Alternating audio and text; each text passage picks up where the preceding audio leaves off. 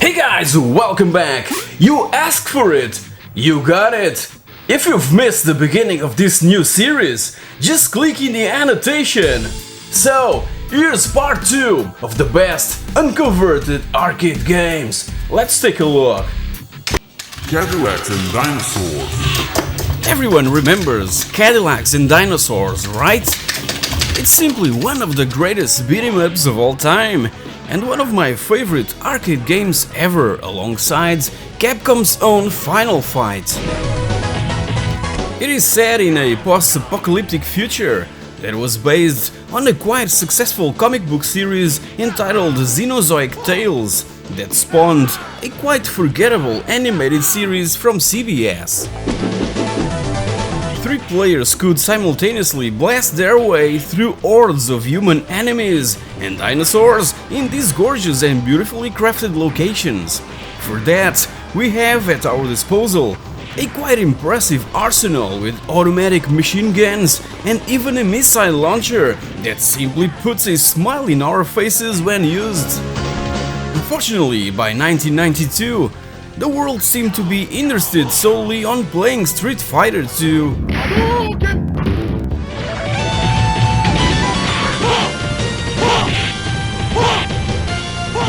Gaiapolis. A year later, by 1993, the beat-em-up genre was clearly starting to fade out. One-on-one fighters were taking over the arcades and consequently our homes as well.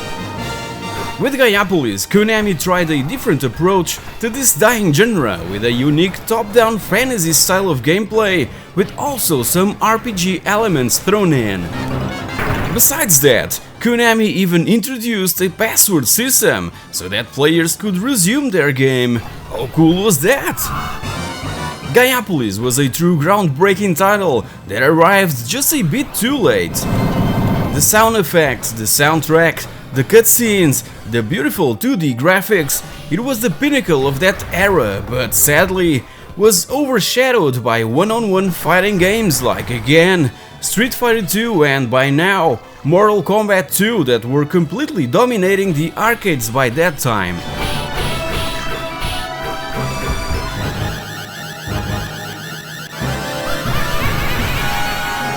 Gallet. Staying in 1993, Gallet was introduced to players with this frenetic vertical shoot-'em-up action, a style that, by then, continued to grab players at the arcades and still holds pretty damn well today.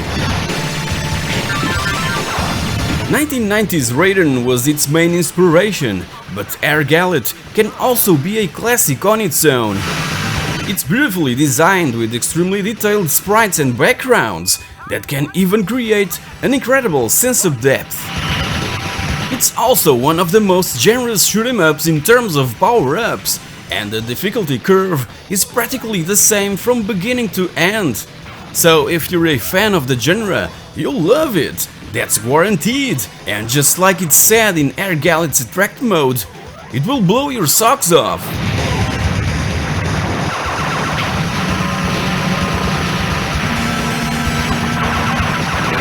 Zone. Let's travel a few years back and land in 1990 and in this glorious vertical land shooter.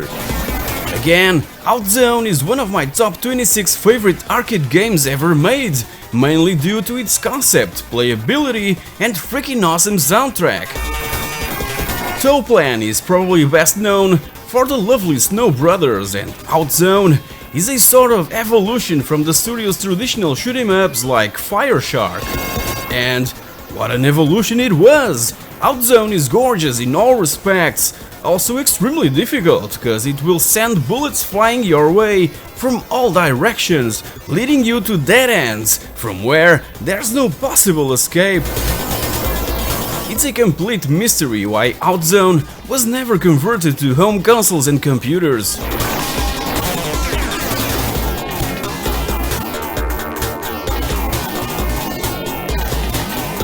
R-Type Leo. Yes, the R-Type series had also one arcade exclusive game, R-Type Leo, released by Irem in 1992. The first immediate impact is the colorful and bright visuals that really sets this game apart from its older and pale brothers. Besides that, it also introduced two-player action, a new impressive and highly useful weapon named Force Bits, and when we die, we're not transported to the beginning of the level. Great news! And why wasn't R-Type Leo converted to home systems? Beats me! I would love to play it on my Amiga back in the day, and with that two-player mode, it would certainly be on the top list of best multiplayer games ever made. Irem went completely wild trying different stuff within the R-Type series, and I thoroughly applaud them. One of my favorite R-Type games to this day that can only be surpassed by the original, mainly because of its iconic bosses that still haunts my dreams.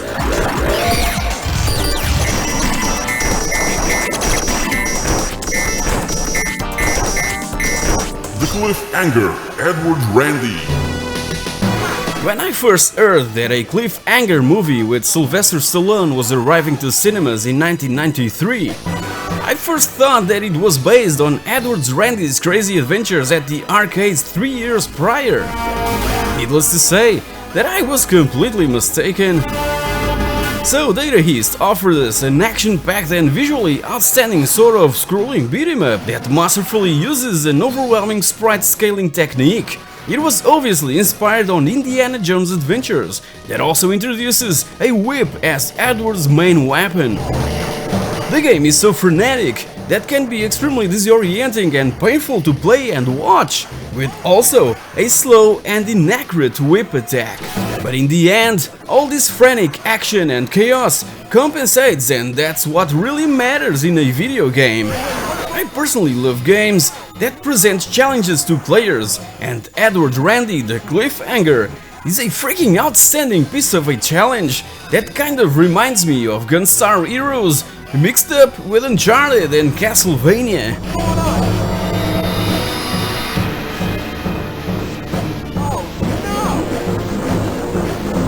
64th Street, a detective story. Now for a traditional beat-em-up, I present you with 64th Street, a detective story by Jaleco, released in 1991, right when players were becoming kind of tired of the genre. It's an obvious two-player game in where we can take the role of a couple of detectives with a strange taste for fashion. Now comes Witt with a matching purple shirt and shoes combined with orange trousers and yellow tie. But we're not here to talk about fashion. These badass dudes are here to take down all these foes and rescue the daughter of some rich man. The novelty was that we could toss enemies against walls, creating real-time damage to the scenarios. The game is supposedly set in the 30s, but looking at these weird-looking characters, there's something that really doesn't quite fit in that particular era. And have you seen the bosses? It can't get more weird than this.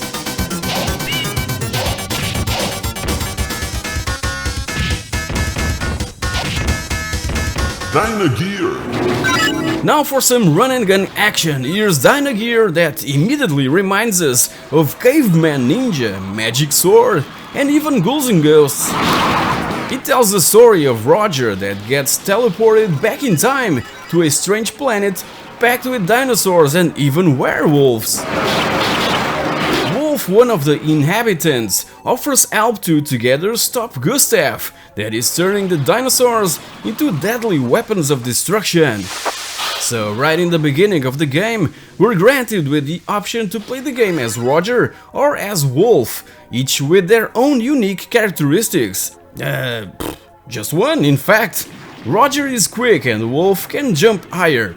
That's it. There's 8 stages, and in some, there's even branching routes that can really immerse the player with another unique feature. Along the way, other characters will offer help and will follow us in our perilous journey.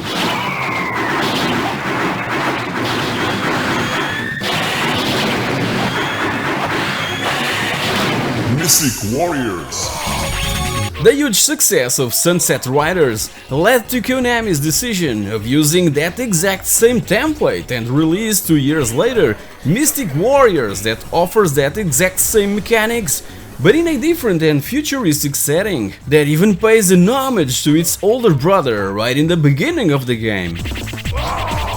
So we play as one of 5 ninjas presented and must find our way through these enemy-infested levels accompanied by a freaking amazing soundtrack playing in the background.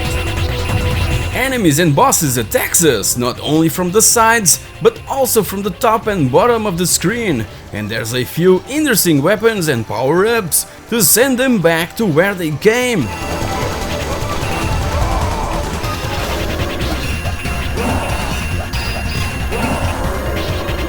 Surprise attack! Somewhat inspired by both Shinobi and Shadow Dancer, Surprise Attack would really surprise us all with its furious action and trigger-happy moments combined with superb sprite scaling effects that can completely dazzle our minds.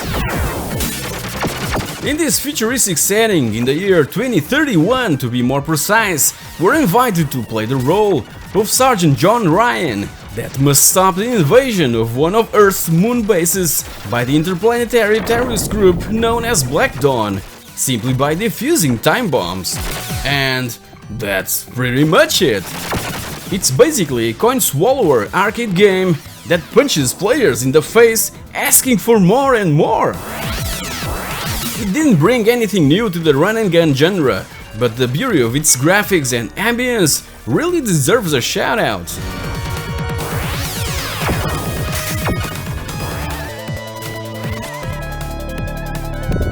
Gun Force 2. And to conclude part 2 of It's a Pixel Thing arcade exclusive series, there's no better game than Gun Force 2, the sequel to Gun Force, obviously, and a masterpiece that can even humiliate blockbuster titles like Metal Slug and even Contra. And talking about Metal Slug, the team behind that game, then known as Nazca Corporation, is gossiped around the web to be practically the same that developed Gun Force 2 a few years prior. Can't be sure about that. What I know is that Gun Force 2 was Irem's last arcade game, and it feels like a predecessor to the Metal Slug franchise. The very first Metal Slug was probably supposed to be called Gun Force 3, but because Irem held the rights to the Gun Force name, the team couldn't simply use it for future games. What really matters is that this is one of the greatest hidden treasures from the arcades, in where we control this mighty soldier carrying not one, but 2 guns simultaneously to blast the hordes of enemies that crosses our path. And I simply can't quite comprehend why people would prefer to save old beard men rather than poorly dressed babes. Totally incomprehensible. Why the original Gun Force, subtitled Battlefire Engulfed Terror Island, was ported to the Super NES back in 1991 and its sequel wasn't, is beyond my comprehension. So guys, here's 11 more arcade exclusives that were never ported to home systems back in the day and that every gamer should try. I have already a bunch of other arcade-related episodes on my channel, and if you've enjoyed this particular one, and if you want to see more, just leave a comment down below, and I'll certainly bring part 3. There's a ton other titles on so many different genres that were never converted to home systems. Also, don't forget to like, to comment, to share, and to subscribe to It's a Pixel Thing. While you're at it, click on that bell icon so that you're notified when a new video is uploaded. Thank you very much for watching, and I'll see you all in the next episode.